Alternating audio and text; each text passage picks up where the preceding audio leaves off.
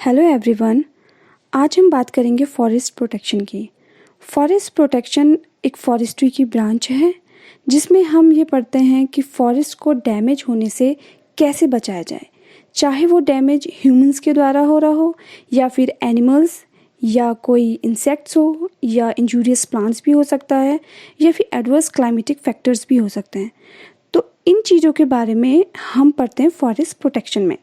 तो फॉरेस्ट को प्रोटेक्ट करने के लिए दो प्रोटेक्शन मेजर्स हैं। The first one is preventive measures and the second is remedial measures. तो पहला जो प्रिवेंटिव मेजर्स है ये वो मेजर्स हैं जो डैमेज होने से पहले लिए जाते हैं, यानी कि वो स्टेप्स जो नुकसान होने से पहले हम ले लेते हैं। इनमें हम बेसिकली जो भी विलेजर्स हैं जो जिनका घर फॉरेस्ट से बहुत पास है या फिर जो गांव फॉरेस्ट से बहुत नज़दीक हैं, उनके सपोर्ट से ये मेजर लिए जाते हैं। क्योंकि जब भी किसी फॉरेस्ट में बहुत ज़्यादा डैमेज होता है तो किसी गवर्नमेंट का या फिर सिटीज़ से एकदम फॉरेस्ट में जाना, बहुत जल्दी जाना पॉसिबल नहीं है। तो इस केस में हमें विलेजर्स की हेल्प लेना बहुत ज़रूरी हो जाता है। तो हम जब भी समर्स आते हैं तो हम विलेजर्स को अवेयरनेस प्रोग्राम्स दे सकते हैं, उन्हें कुछ ट्रेनिंग्स भी दे सकते हैं कि अगर जंगल में आग लगती है या कोई भी डैमेज होता है तो आप उसे कैसे रोक सकते हैं। तो इसके लिए हम उन्हें एक ट्रेनिंग दे सकते हैं या कुछ ऑडियोज़ के द्वारा या कुछ विजुअल्स के द्वारा हम उन्हें ये चीज़ें समझा सकते हैं। तो ये स्टेप है डैमेज होने से पहले का। And the second is remedial measures. तो रेमेडियल मेजर्स में क्या होता है कि अभी अगर कुछ हद तक प्रिवेंटिव मेजर लेने के बावजूद भी कुछ डैमेज हो जाता है तो उस डैमेज को कैसे कंपनसेट किया जाए, अब कैसे उस डैमेज की भरपाई की जाए, उसके लिए हम रेमेडियल मेजर्स लेते हैं। तो आज हम उन डैमेजेस के बारे में बात करेंगे जो ह्यूमंस के द्वारा किए जाते हैं। तो सबसे पहले है deforestation, second illegal felling and the third is forest fire. तो सबसे पहले बात करते हैं डिफॉरेस्टेशन की। What is deforestation? Deforestation is defined as removal of tree crops from a piece of land without the intention of reforesting it। यानी कि सिर्फ पेड़ काटना ही डिफॉरेस्टेशन नहीं है। अगर हम जब पेड़ काटते हैं बिना ये सोचे कि हमें वहाँ पे प्लांटेशन भी करना चाहिए, उसे डिफॉरेस्टेशन कहा जाता है। तो कुछ फैक्टर्स हैं जो कि डिफॉरेस्टेशन को बढ़ावा देती हैं, यानी कि जिसकी वजह से डिफॉरेस्टेशन बढ़ रहा है। तो सबसे पहले बात करते हैं river valley projects and their reservoirs. तो हमें पता है कि जो रिवर वैली प्रोजेक्ट्स होते हैं ये प्रोजेक्ट या तो जंगलों में ही बनाए जाते हैं या फिर जंगल के पास बनाए जाते हैं, और इनका जो मेन उद्देश्य होता है या तो इलेक्ट्रिसिटी जनरेट करना या फिर इरिगेशन फैसिलिटी प्रोवाइड करना। तो इन दो चीज़ों की वजह से डिफॉरेस्टेशन होता है। The next point is rehabilitation of people displaced by river valley project. तो जब ये रिवर वैली प्रोजेक्ट होते हैं इन वजह से सिर्फ फॉरेस्ट को ही नुकसान नहीं होता, बल्कि जो फॉरेस्ट के आसपास जो लोग रहते हैं जो कि पूरी तरह से फॉरेस्ट पे डिपेंड होते हैं या जिनकी एग्रीकल्चर लैंड फॉरेस्ट के पास होती है, उनको भी नुकसान होता है।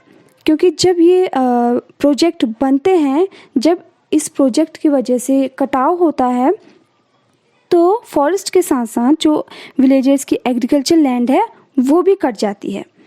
और ये सब कटने के साथ साथ जैसे कि हम बात करें अगर भाखड़ा डैम की, जब भाखड़ा डैम बना था तो उस वक्त 366 villagers and towns were submerged as a result of construction of Bhakra dam. तो कम से कम 366 जो विलेजेस थे वो सबमर्ज्ड हो गए थे भाखड़ा डैम बनाते वक्त, और लगभग 80,000 लोग जो थे वो डिस्प्लेस्ड हो गए थे। तो गवर्नमेंट ने कोई स्कीम नहीं जारी की या कोई पॉलिसी नहीं बनाई, कोई रणनीति नहीं बनाई इस चीज़ के लिए कि हम विलेजर्स को कैसे उनकी एग्रीकल्चर लैंड वापस करें या कैसे उनका जो रहने का ठिकाना है वो उनको उपलब्ध कराया जाए। तो इस चीज़ के लिए जो गवर्नमेंट थी वो बिल्कुल इस चीज़ से अनजान थी। उन्होंने कोई भी पॉलिसी या कोई भी स्कीम वहाँ पे जारी उस वक्त नहीं की। Next is extension of motor roads particularly in hills. तो हमें पता है कि जो फॉरेस्ट एरिया हिल्स में काफ़ी ज़्यादा होता है, तो एक्सटेंशन जब हम मोटर रोड्स का करते हैं हिल्स में, तो बहुत ज़्यादा जो लैंड एरिया होता है उसकी ज़रूरत होती है, क्योंकि मोटर रोड भी हमें फॉरेस्ट एरिया के पास में ही बनानी होती है। वो क्यों बनानी होती है? क्योंकि अगर हमें फॉरेस्ट से कोई भी प्रोडक्ट लेने हैं, चाहे वो टिम्बर हो, चाहे एनटीएफपीस हो, तो फॉरेस्ट से रोड तक पहुंचाने के लिए हमें लेबर कॉस्ट ना लगे, यानी कि वो हमारे लिए एक सस्ता हो जाए कि हमें जंगल से सीधे रोड पे सामान लाना है, तो उसके लिए हमें यानी कि लेबर की ज़रूरत ना पड़े, वो इजीली ट्रांसपोर्ट हो सके मार्केट तक। तो इसीलिए रोड जंगलों के पास में ही बनाई जाती है। तो ये भी एक फैक्टर है जिस वजह से डिफॉरेस्टेशन बढ़ रहा है। नेक्स्ट है construction of electric transmission lines. जो दूर दराज इलाके होते हैं वहाँ पे, या फिर जो इलेक्ट्रिक ट्रांसमिशन लाइंस जो जाती हैं, जो बेसिक जो लाइन जाती हैं वो 20 से 50 मीटर की तो जाती ही हैं। तो उस वजह से क्या होता है, एक सिंगल स्ट्रिप जब कटती है उसमें भी डिफॉरेस्टेशन होता है। और लेकिन साथ साथ जब दो स्ट्रिप यानी कि दो पैरेलल लाइंस के लिए जब ट्रांसमिशन लाइन की ज़रूरत होती है, यानी कि जब दो पैरेलल ट्रांसमिशन लाइन हमें डालनी होती हैं, उसके लिए क्या होता है, हमें एक ब्रॉड एरिया चाहिए होता है, यानी कि हमें एक ब्रॉड स्ट्रिप काटनी पड़ती है। उसके लिए सबसे ज़्यादा डिफॉरेस्टेशन करना पड़ता है। And the last one is establishment of fruit belts in hills. यानी कि फ्रूट बेल्ट्स जब हिल्स में हमें ग्रो करनी हो, तो हिल्स में सबसे ज़्यादा सोर्स ऑफ इनकम जो लोगों का होता है वो है एग्रीकल्चर लैंड। तो वो बहुत ज़्यादा डिपेंड होते हैं अपने एग्रीकल्चर लैंड पे। या फिर दूसरी चीज़ होती है ये फ्रूट्स बेच कर भी वो अपनी इनकम जनरेट करते हैं। तो फ्रूट बेल्ट अगर आपको रेस करनी है तो उसके लिए क्या करना होगा कि आपको सबसे पहले जो जंगल है, जंगल में से उन स्पीसीज़ को हटाना होगा और उनकी जगह वो स्पीसीज़ लगानी होगी जो फ्रूट्स देती हों। तो उसके लिए बहुत ज़्यादा जो स्पीशीज़ हैं उनका कटाव होता है। जैसे कि एग्जांपल के लिए चंबा मसूरी बेल्ट स्कीम जब चली थी, तो उस वक्त क्या हुआ था, बहुत लार्ज नंबर ऑफ देवदार और ओक ट्री का कटान हुआ था और उसकी जगह वहाँ पे प्लांटेशन नहीं किया गया। उसकी जगह उन्होंने सिर्फ एक वही स्पीशीज़ लगाई जो कि फ्रूट देती हैं, वो स्पीसीज़ लगाई गई। तो एक फ्रूट बेल्ट इस्टेब्लिश करने के लिए भी बहुत ज़्यादा डिफॉरेस्टेशन करना पड़ता है। अब बात करते हैं शिफ्टिंग कल्टीवेशन की। शिफ्टिंग कल्टीवेशन क्या होता है? शिफ्टिंग कल्टीवेशन एक मेथड है जिसमें जो विलेजर्स हैं, जो कल्टीवेटर्स हैं, वो एक पीस ऑफ लैंड पे क्रॉप ग्रो करते हैं। उसके बाद जब वो क्रॉप हार्वेस्टिंग के लिए तैयार हो जाती है, उस क्रॉप को हार्वेस्ट किया जाता है और उस लैंड को पूरी तरह से जला दिया जाता है। तो जब वो लैंड को जहाँ पे उन्होंने क्रॉप ग्रो की है वो लैंड पूरी तरह से जल जाता है, तो जो सॉइल की टॉप मोस्ट लेयर होती है, वो जो लेयर है उसकी फर्टिलिटी डैमेज हो जाती है, उसकी फर्टिलिटी डिक्रीज़ हो जाती है पहले से। तो वहाँ पे एकदम से दूसरी क्रॉप लगाने में टाइम लग जाता है। तो यानी कि अब दूसरी क्रॉप अगर वो लगाना भी चाहें तो एकदम से क्रॉप वहाँ पे ग्रो नहीं होती है। तो वो क्या करते हैं, उस एरिया को छोड़ देते हैं 1 साल या 2 साल के लिए। तब तक वो दूसरी जगह शिफ्ट होते हैं और वहाँ पे फिर से अपना कल्टीवेशन स्टार्ट कर देते हैं। फिर वहाँ पे जब क्रॉप हार्वेस्ट हो जाती है, फिर वहाँ पे क्रॉप को हार्वेस्ट करने के बाद तब तक जो पहली जो लैंड थी जिसे वो छोड़ के गए थे, उस लैंड पे एक नेचुरल रीजनरेशन स्टार्ट हो चुका होता है।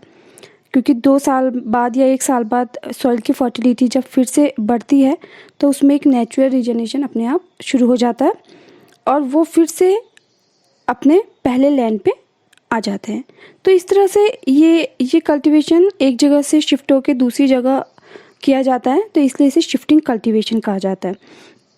टोंगिया कल्टीवेशन इसे म्यांमार में बोला जाता है एंड झूम कल्टीवेशन इसे north east region of India में बोला जाता है। तो शिफ्टिंग कल्टीवेशन के कुछ डिसएडवांटेजेस हैं, जैसे कि ये एक्सट्रीमली डिस्ट्रक्टिव मेथड है, क्योंकि बार बार उस लैंड को पूरी तरह से बर्न करना और बार बार सॉइल की फर्टिलिटी इससे डिक्रीज़ होती है। तो ये एक तरह से डिस्ट्रक्टिव मेथड है और इससे सॉइल इरोजन का खतरा बढ़ जाता है। दूसरा, ये बहुत पुरानी और अनप्रोडक्टिव मेथड है और इसमें जो कल्टीवेटर्स की बहुत ज़्यादा मेहनत लगती है। तीसरा है कि इस जो ये मेथड है कल्टीवेशन की, इससे जो कल्टीवेटर्स हैं उनके लिए एक प्रॉपर रहने का एक ठिकाना नहीं होता, कि क्योंकि उन्हें 1 साल या 2 साल एक जगह पे काम करना है, फिर मूव ऑन करना है, फिर दूसरी जगह चले जाना है, तो इससे उनके लिए एक प्रॉपर रहने की जगह नहीं होती। फोर्थ है कि जब सॉइल फर्टिलिटी इससे डिक्रीज़ हो रही है, तो जब बहुत ज़्यादा ये सॉइल फर्टिलिटी डिक्रीज़ होने लगती है तो इससे रन ऑफ का खतरा और बढ़ जाता है। और फिर अगर आगे देखें तो अगर बहुत ज़्यादा रन ऑफ होने लगा तो इससे फ्लड का भी खतरा बढ़ने लगता है। और लास्ट है कि अगर एक्सेसिव रन ऑफ होने लगा, हिल्स से अगर एक्सेसिव रन ऑफ होता है तो धीरे धीरे क्या होता है कि जो स्प्रिंग्स हैं वो सूखने लगते हैं और फिर धीरे धीरे जो वाटर टेबल है वो भी डिक्रीज़ होना शुरू हो जाती है। अब बात करते हैं माइनिंग की। तो अब देखते हैं माइनिंग जो है वो इन्वायरमेंट पे और वाइल्ड लाइफ पे क्या इम्पैक्ट डालता है। तो सबसे पहले बात करते हैं हैबिटेट लॉस की। हमें पता है कि जो माइनिंग की जो प्रोसेस है वो सबसे पहले शुरू होती है डिफॉरेस्टेशन से। तो जो डिफॉरेस्टेशन होता है, डिफॉरेस्टेशन के साथ साथ जो बर्ड्स हैं, जो एनिमल्स हैं, जो कि पूरी तरह से जंगलों पे डिपेंड होते हैं, चाहे खाने के लिए हो चाहे शेल्टर के लिए हो, उनकी लाइफ सबसे ज़्यादा अफेक्ट होती है। तो ये जो माइनिंग है इससे वाइल्ड लाइफ पे बहुत बुरा असर पड़ता है। और दूसरा, जब कुछ बहुत बड़े बड़े पत्थर या फिर कुछ हिल्स को काटने की ज़रूरत होती है तो उस वक्त एक्सप्लोजन किया जाता है। तो जो एक्सप्लोजन किया जाता है उससे कुछ टॉक्सिक केमिकल्स रिलीज़ होते हैं। वो जो टॉक्सिक केमिकल्स हैं बारिश के थ्रू या फिर हवा के थ्रू नदियों तक जाते हैं, और जब वो नदियों तक जाते हैं टॉक्सिक केमिकल, वो सिर्फ वाइल्ड लाइफ जो जंगलों में है उन्हीं के लिए नुकसानदायक नहीं, जो मराइन लाइफ है उनके लिए भी बहुत ज़्यादा नुकसानदायक है। उसके बाद है पोल्यूशन। तो हमें पता है कि टॉक्सिक केमिकल्स तो रिलीज़ हो ही रहे हैं। अब टॉक्सिक केमिकल्स रिलीज़ हो रहे हैं, वो जंगलों तक ही क्यों नहीं है, वो रिवर्स तक क्यों पहुंच रहे हैं? क्योंकि पेड़ ही काट दिए गए हैं। क्योंकि सॉइल जो है, सॉइल के थ्रू ही वो टॉक्सिक जो केमिकल्स हैं वो पानी तक जा रहे हैं या नदियों तक जा रहे हैं। कि जो सॉइल है, सॉइल को बाइंड करने के लिए किसकी ज़रूरत होती है? पेड़ों की। जो पेड़ों की रूट होती है वो मिट्टी को बांध के रखती है। जब पेड़ ही कट जाते हैं तो मिट्टी जो है वो पूरी तरह से ढीली हो जाती है, पूरी तरह से लूज़ हो जाती है। फिर वो चाहे हवा से बहुत ईजिली बह जाती है या बरसात आई उससे बहुत ईजिली बह जाती है और बह के सीधे नदियों तक जाती है और फिर वहाँ जाके मराइन लाइफ को नुकसान पहुँचाती है। क्योंकि जो टॉक्सिक केमिकल्स हैं उनके साथ साथ कुछ हैवी मेटल्स भी निकलते हैं, लाइक सेलेनियम। ये बहुत ज़्यादा नुकसानदायक हैं हमारे एक्वेटिक एनिमल्स के लिए। The third is water loss. अब हमें पता है कि हैबिटेट लॉस हो रहा है, पोल्यूशन हो रहा है। वाटर लॉस में क्या होता है, जब बहुत ज़्यादा गड्ढा खोदा जाता है, बहुत ज़्यादा खुदाई होती है माइनिंग के लिए, बहुत ज़्यादा खोदा जाता है, तो उसमें क्या होता है, एक टाइम पे हम देखते हैं कि पानी का रिसाव होना शुरू हो जाता है। पानी का रिसाव जब शुरू होता है उस एज पे या उस स्टेज पे क्या होता है कि जो कोल हैं, जो वैल्यूएबल प्रोडक्ट्स हैं, वो भी निकलने शुरू हो जाते हैं और वो जो प्रोडक्ट्स हैं वो पानी के साथ ही निकलने शुरू हो जाते हैं। तो उन गड्ढों में जाके जो माइनर्स होते हैं, जिन्हें खुदाई करनी होती है, वो उन गड्ढों में जाके काम करना होता है उनको। तो वो गड्ढों में जाके तभी काम कर पाएंगे जब वो पानी को बाहर निकाला जाएगा। तो वो क्या करते हैं, जितना भी पानी का रिसाव हो रहा होता है उस पानी को बाहर निकाल देते हैं, साथ में उसके साथ जो वैल्यूएबल प्रोडक्ट्स हैं उसमें वो भी निकल जाते हैं, उनका भी वेस्ट होता है और पानी का भी वेस्ट होता है।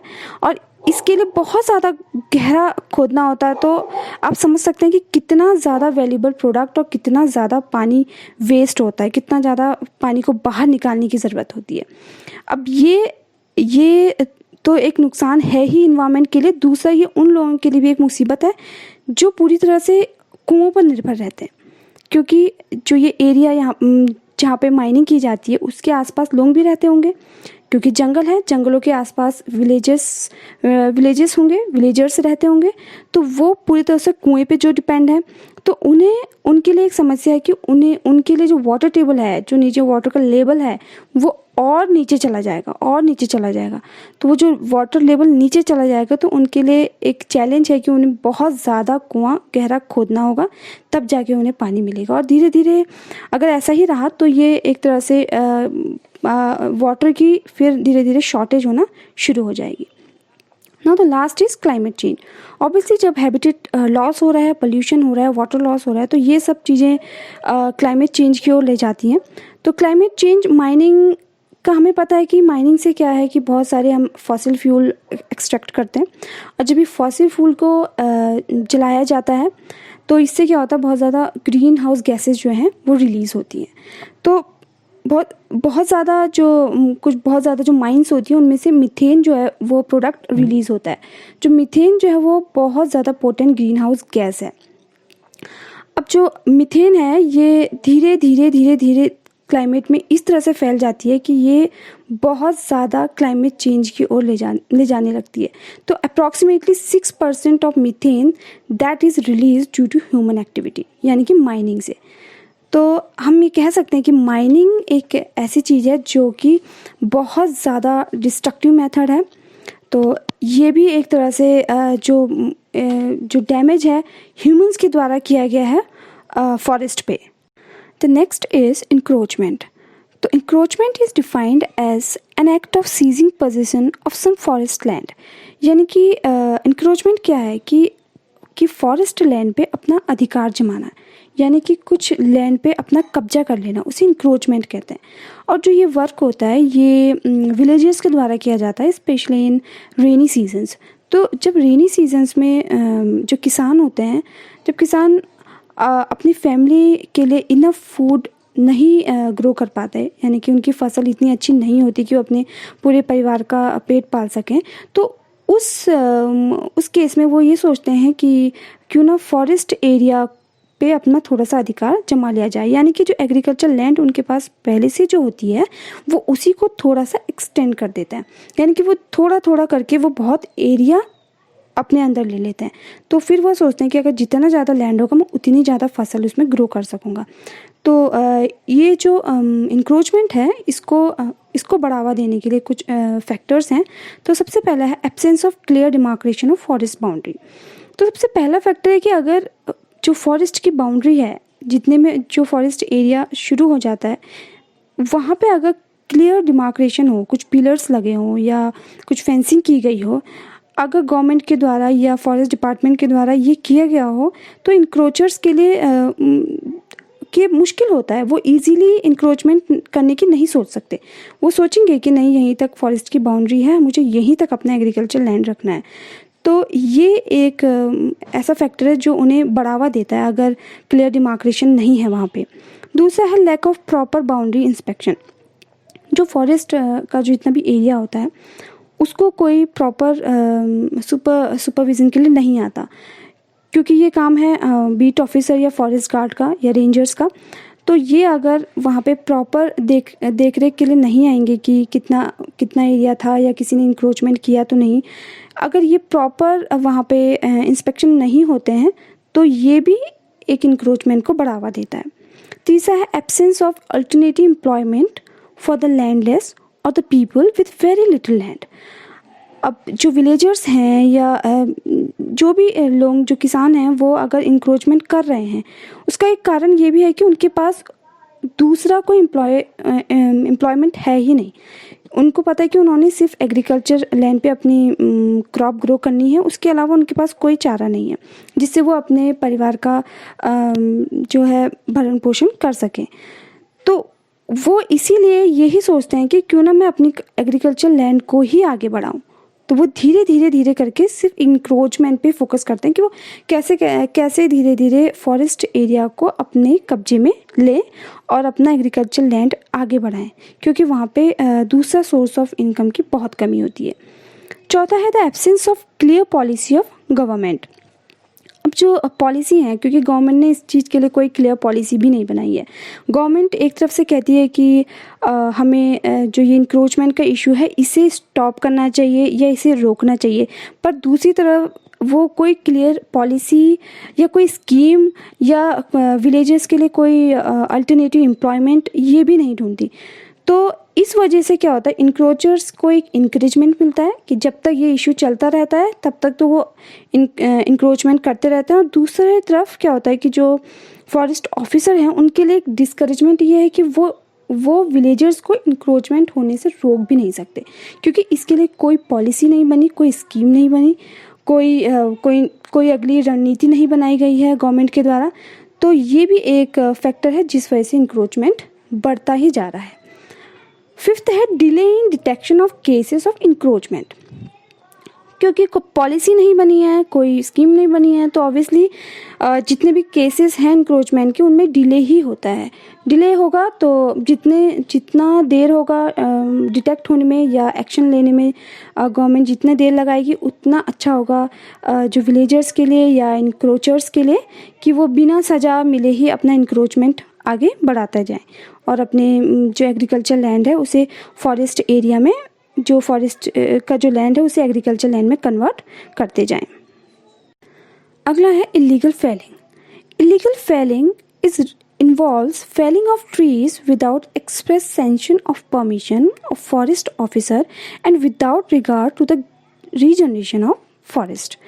तो इलीगल फेलिंग क्या है कि इलीगल फेलिंग बिना आप गवर्नमेंट के परमिशन के आप जब जंगल से लकड़ियां काट रहे हैं या कोई भी एंटी-एफीज भी अगर निकाल रहे हैं उसे इलीगल फेलिंग कहा जाता है। यानी कि अवैध रूप से आप जब वहाँ पे कटाव कर रहे हैं उसे इलीगल फेलिंग कहते हैं। तो इसको बढ़ावा देने की भी कुछ कॉजेज़ हैं। तो सबसे पहले है by villagers to meet urgent personal requirements. तो विलेजर्स जो हैं वो पूरी तरह से फॉरेस्ट पे डिपेंड होते हैं फॉर बिल्डिंग्स मटेरियल्स के लिए। यानी कि अगर उन्होंने घर बनाना है तो भी उन्हें लकड़ी के लिए जंगल पे निर्भर रहना है, या कोई उन्हें एग्रीकल्चर टूल्स बनाने हैं उनके लिए भी उन्हें डिपेंड रहना है। फिर है फायरवुड। तो जो कि बहुत बेसिक नीड है, जो जिसके लिए वो पूरी तरह से फॉरेस्ट पे डिपेंड है। इसके साथ साथ वो कुछ हर्ब शर्ब्स या फ्रूट ये भी कुछ ओकेजनली लेके आते हैं, या फिर कोई मेडिसिनल प्लांट्स भी ला सकते हैं जो कि वो उन्हें फॉरेस्ट से ही मिलती है। और ये भी एक तरह से एक इलीगल फेलिंग है, क्योंकि वो किसी से परमिशन लेके ये चीज़ें एक्सट्रैक्ट नहीं करते। दूसरा है by villagers to earn a livelihood. अब जो विलेजर्स हैं, कुछ जो फॉरेस्ट के पास रहते हैं कुछ विलेजर्स, वो बहुत गरीब भी होते हैं। जो बहुत गरीब हैं वो क्या करते हैं, वहाँ से इलीगल फेलिंग करके लकड़ियाँ लेके आते हैं, उसके बाद वो अपने पास के टाउन्स या सिटीज़ में बेच देते हैं ताकि उनसे उन्हें पैसा मिल सके। तो ये भी एक अपनी लाइवलीहुड अर्न करने का एक तरीका है। By contractor for profit motive.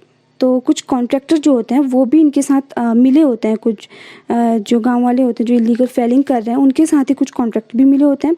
वो क्या करते हैं, जो जब फेलिंग हो रही होती है, जब लीगल फेलिंग हो रही होती है, यानी कि मार्क्ड ट्रीज़ की जो फेलिंग होती है, उस फेलिंग में वो क्या करते हैं, उसके साथ साथ जो अनमार्क्ड ट्रीज़ होते हैं उनको भी फेल कर देते हैं और साथ साथ में उनको भी बेचना शुरू कर देते हैं, या ताकि उन्हें डबल प्रॉफिट मिल सके उससे।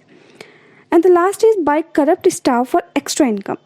सेम है, जैसे कि लीगल फेलिंग हो रही है तो जितने भी जो विलेजर्स हैं जो भी वहाँ पे काम करेंगे उनके साथ जो स्टाफ होता है वो मिला होता है। तो जब वो स्टाफ मिला होता है, वो जितनी भी मार्केटिंग होती है उसकी टिम्बर्स की जितनी भी मार्केटिंग होती है, जब जितना भी उससे पैसा आता है, क्योंकि वो वहाँ पे मार्क ट्रीज़ और अनमार्क ट्रीज़ दोनों ही फेल हो जाते हैं, मार्केट में जाके पता नहीं चलता कि कौन से ट्री फेल करना लीगल था। तो वहाँ पे जाके जब वो सारे पेड़ बेच दिए जाते हैं, उससे जितना भी मनी जनरेट होता है वो विलेजर्स और जो स्टाफ है, जो करप्ट स्टाफ है, उन दोनों में वो चीज़ें शेयर हो जाती हैं। जितना भी मनी है वो आपस में शेयर कर लेते हैं और वो इस चीज़ के भागीदार बन जाते हैं। तो इलीगल फेलिंग भी एक ऐसा फैक्टर है, सेकंड मोस्ट इम्पॉर्टेंट फैक्टर है, जो कि जो हमारे जो फॉरेस्ट को है वो डैमेज कर रहा है। अगला है फॉरेस्ट फायर। तो हम सब जानते हैं कि फॉरेस्ट फायर जो है वो सबसे ज़्यादा डिस्ट्रक्टिव होता है फॉरेस्ट के लिए। तो जो फॉरेस्ट फायर है इसको 2 पार्ट्स में डिवाइड किया गया है। पहला है on the basis of their causative factors, इसको डिवाइड किया है 3 पार्ट्स में, natural causes, accidental causes, intentional causes. And दूसरा है on the basis of occurrences in forest, इसमें 4 पार्ट्स में डिवाइड किया गया है, creeping fire, ground fire, surface fire and ground fire. तो सबसे पहले बात करते हैं नेचुरल कॉजेज़ की। नेचुरल कॉजेज़ यानी कि जो प्राकृतिक रूप से लगती है, तो सबसे पहले इसके लिए रिस्पॉन्सिबल है लाइटनिंग यानी कि आकाशीय बिजली। तो लाइटनिंग की वजह से सबसे ज़्यादा फॉरेस्ट फायर होती है। और दूसरा है रोलिंग स्टोन्स, कभी कभी गर्मियों में कुछ पत्थर जो होते हैं वो गिरते हुए आते हैं और उनके रोल होने से भी कभी कभी चिंगारी जो है एक आग का रूप ले लेती है। तीसरा है रबिंग ऑफ ड्राई लीव्स, गर्मियों में कोनीफर्स, स्पेशली इन कोनीफर्स या फिर कभी जो बैम्बू की जो लीव्स होती हैं उनमें ये बहुत ज़्यादा खतरा रहता है।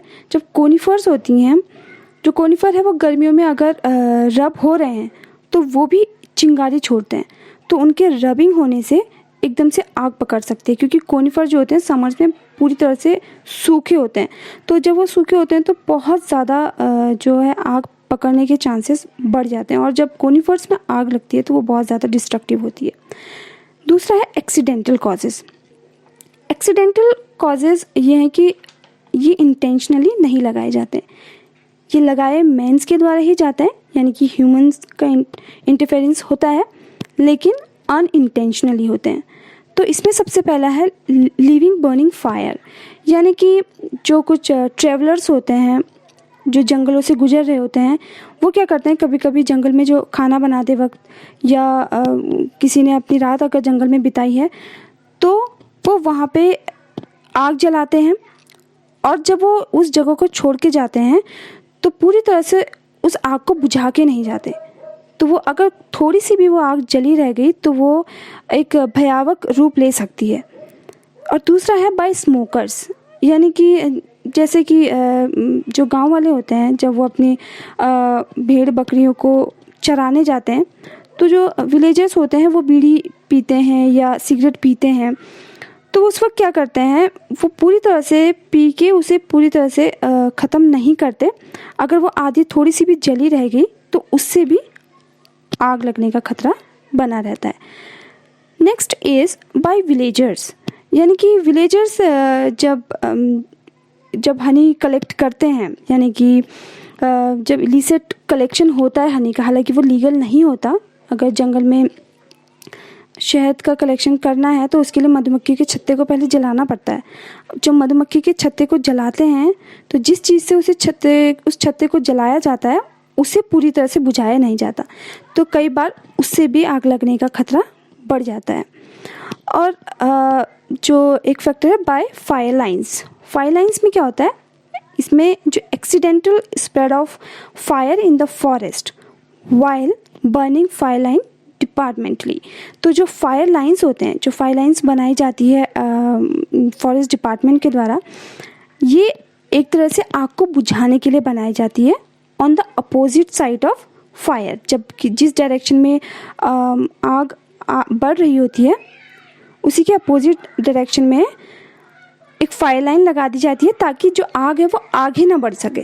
तो कभी कभी डिपार्टमेंट वालों से भी ये गलती हो जाती है कि वो उस आग को जब ख़त्म होने के बाद उस आग को पूरी तरह से बुझाते नहीं हैं, और वो आग भी कभी कभी क्रीपिंग फायर या ग्राउंड फायर का रूप ले सकती है। अगला है इंटेंशनल कॉजेज़।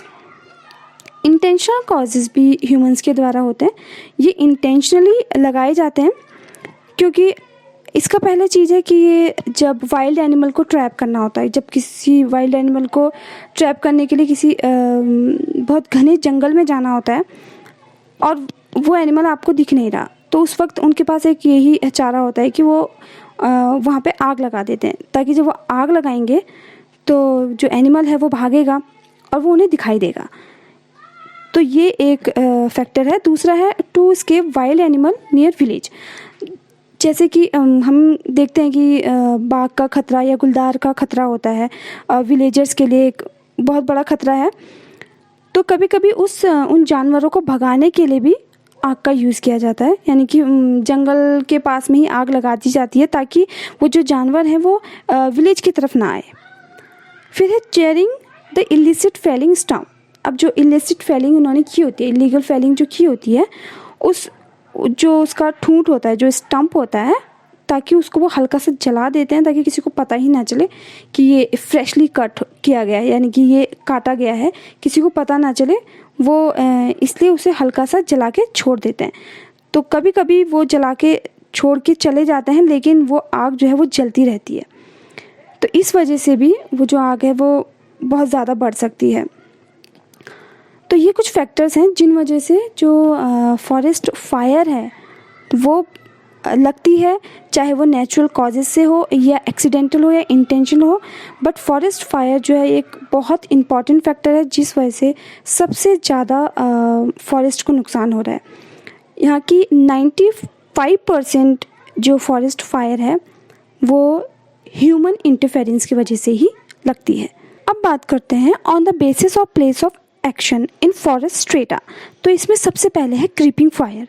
क्रीपिंग फायर वो फायर है जिसमें बहुत लो फ्लेम होती है, यानी कि बहुत हल्की फ्लेम के साथ जैसे जैसे इसे हवा मिलती रहती है वैसे वैसे ही ये आगे बढ़ती है।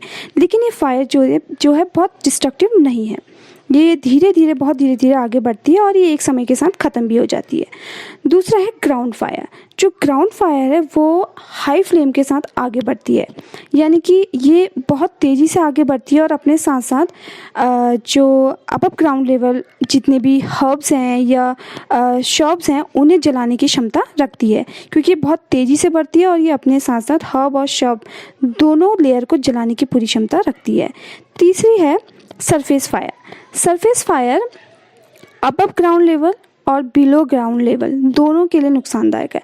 ये ऊपर से भी चीज़ों को जला देती है और नीचे रूट सिस्टम जो है उसे भी नुकसान पहुंचाती है।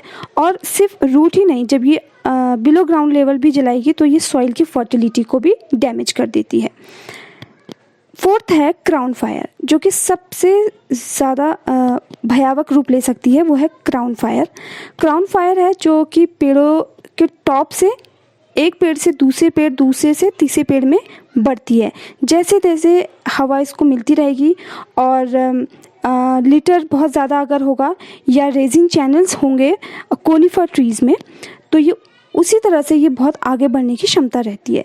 और इसके साथ साथ जो स्मॉल ट्रीज़ हैं जैसे कि जिनका डायमीटर अभी बहुत कम है या जिनकी हाइट बहुत छोटी है, वो पूरी तरह से जल जाते हैं। और वो जब जलते हैं वो अपने साथ साथ एक पेड़ से दूसरे पेड़ में भी आग को फैला देते हैं।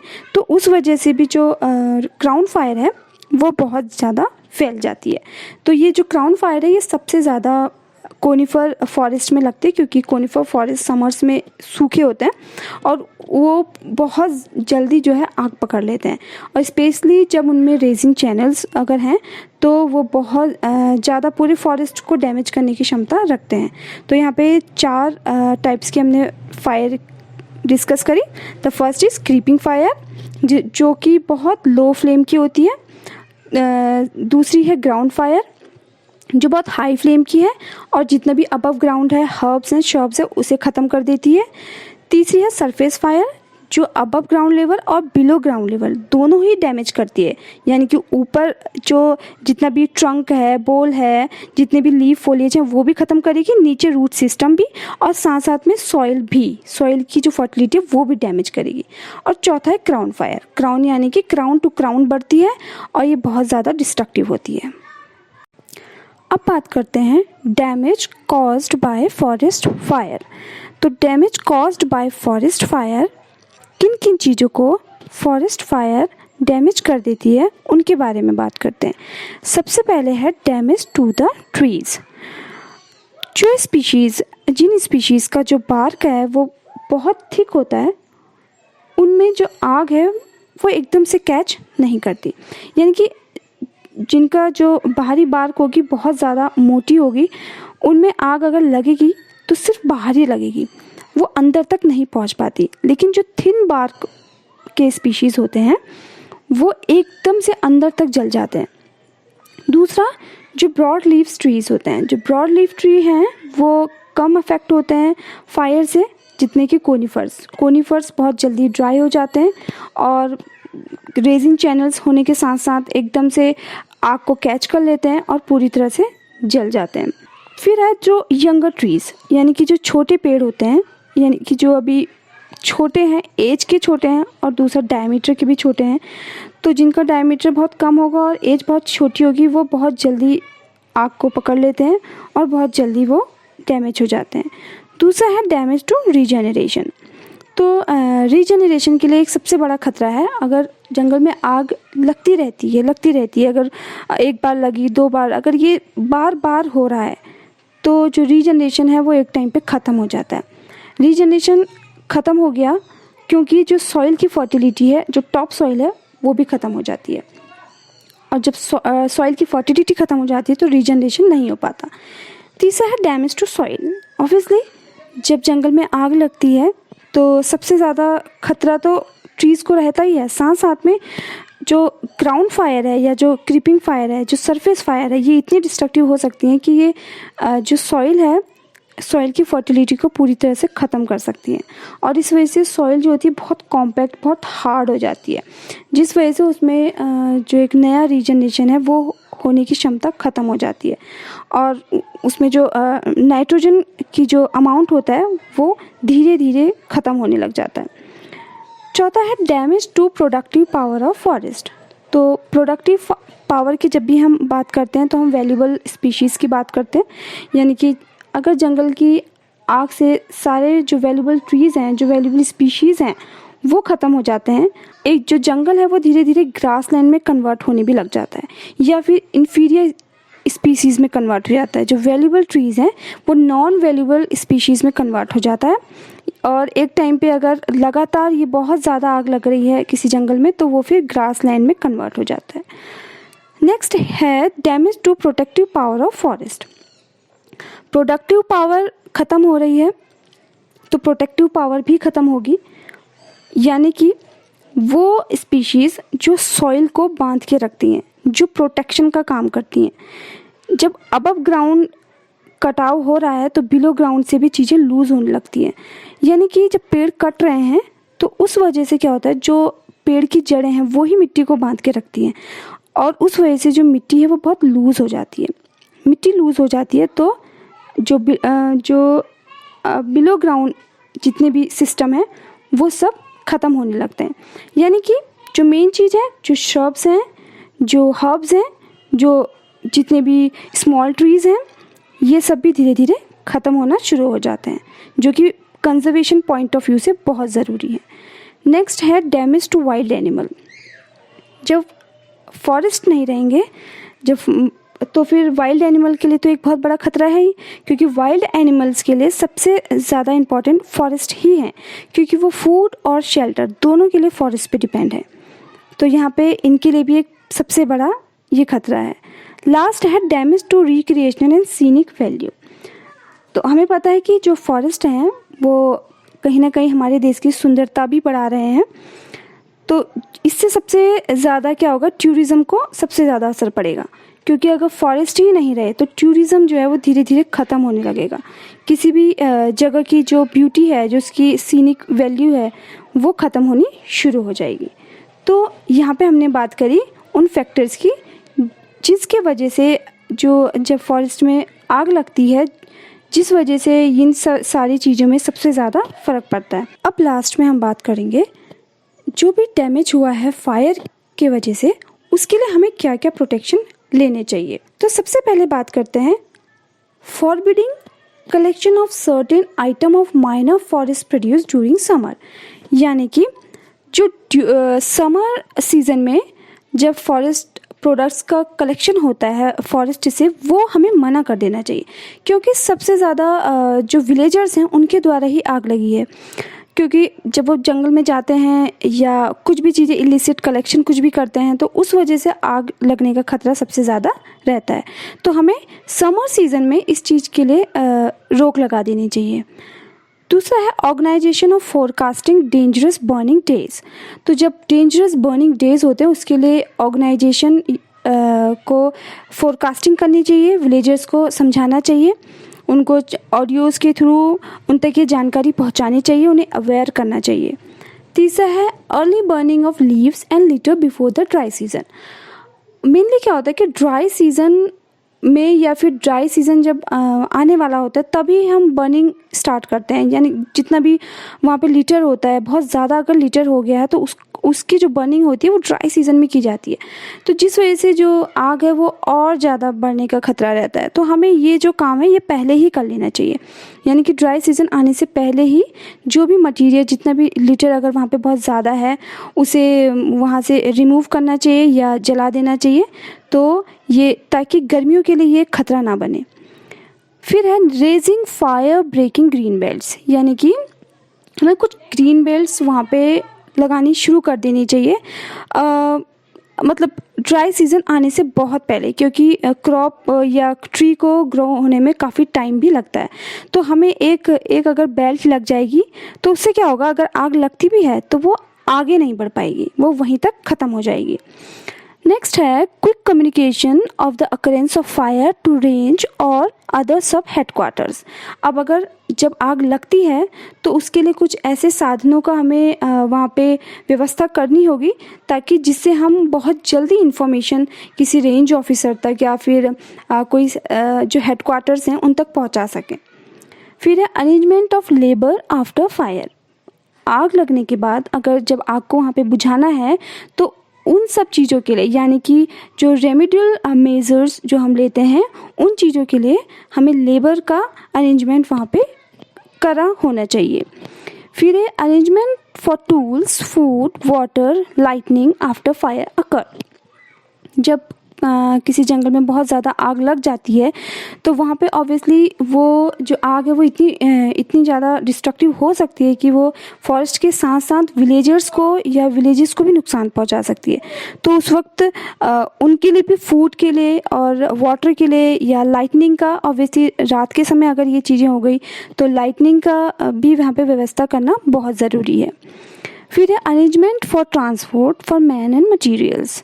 ऑब्वियसली जब क्योंकि आग जो जंगल हैं वो बहुत दूर होते हैं सिटीज़ से, तो वहाँ तक जाने के लिए ट्रांसपोर्ट, मैन और मटेरियल्स, इन सब का बहुत अच्छा अरेंजमेंट होना चाहिए, ताकि जल्दी से जल्दी हम उस आग को कम कर सकें या उस पर काबू पा सकें और जो जंगल है उसे बहुत ज़्यादा नुकसान होने से बचा सकें। आई होप आपको ये वीडियो पसंद आई होगी, और अगर आपको फिर भी कोई कन्फ्यूज़न होता है तो आप कमेंट बॉक्स में पूछ सकते हैं। And don't forget to like, share and subscribe our channel. Thank you.